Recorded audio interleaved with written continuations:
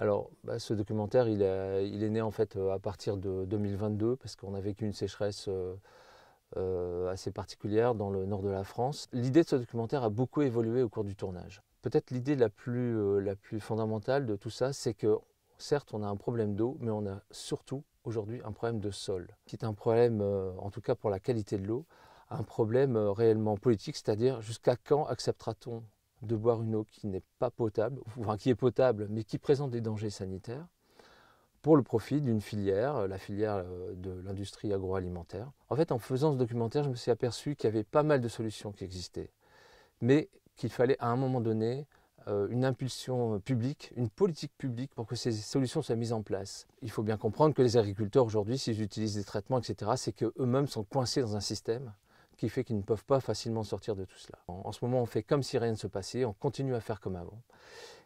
Et ça pose un problème à court terme pour les inondations, à long terme d'un point de vue sanitaire concernant la qualité de l'eau. Donc il faut qu'on sorte de cet état-là. Voilà plusieurs exemples qui ont mûri en fait au cours de ce documentaire, dans cette recherche, dans cette enquête que j'ai fait un peu sur 2 ans. D'une certaine manière, je me suis aperçu d'une chose fondamentale qui est que la force publique aujourd'hui ne fait pas ce qu'il faudrait faire. Que pourtant, il y a énormément d'alertes sur le sujet, aussi bien au niveau de l'ANSES qu'au niveau des ONG, que même dans les rapports ministériels aujourd'hui.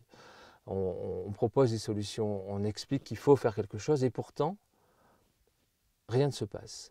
J'ai rencontré des gens qui sont aujourd'hui qualifiés d'éco-terroristes. C'est vraiment peut-être un des paradoxes les plus importants de ces dernières années, quand un ministre de l'Intérieur dit que voilà, à Sainte-Soline ou à Mel, pendant les manifestations contre les méga-bassines, on a affaire à des éco-terroristes.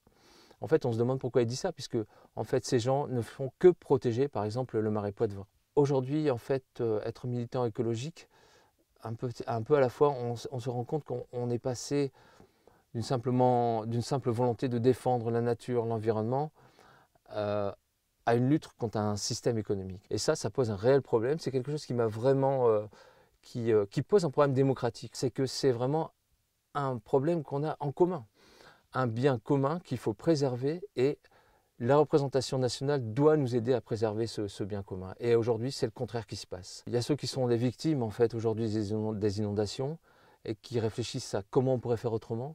Je pense à Jérôme Sergent qui habite à Rumilly dans le Pas-de-Calais, qui est un fervent défenseur de l'hydrologie régénérative. Après, il y a évidemment Julien Leguet qui est un fervent défenseur du marais Poitevin, qui qualifie d'éco-terroriste par l'ancien ministre de l'Intérieur, et qui pourtant mène un combat juste, un combat pour défendre notre bien commun qui est l'eau. Puis après, il y a les scientifiques, il y a des gens, par exemple d'une association toulousaine d'universitaires qui s'appelle Solagro, qui eux réfléchissent à long terme, qui proposent un scénario pour que l'agriculture soit soutenable et vivable pour tout le monde à l'horizon 2050 par exemple. Voilà, il y a beaucoup de gens en fait qui travaillent sur le terrain, qui sont concrètement dans le faire quelque chose pour que ça bouge et qui aujourd'hui ont du mal à survivre face à cette puissance du modèle économique agricole dominant qui continue à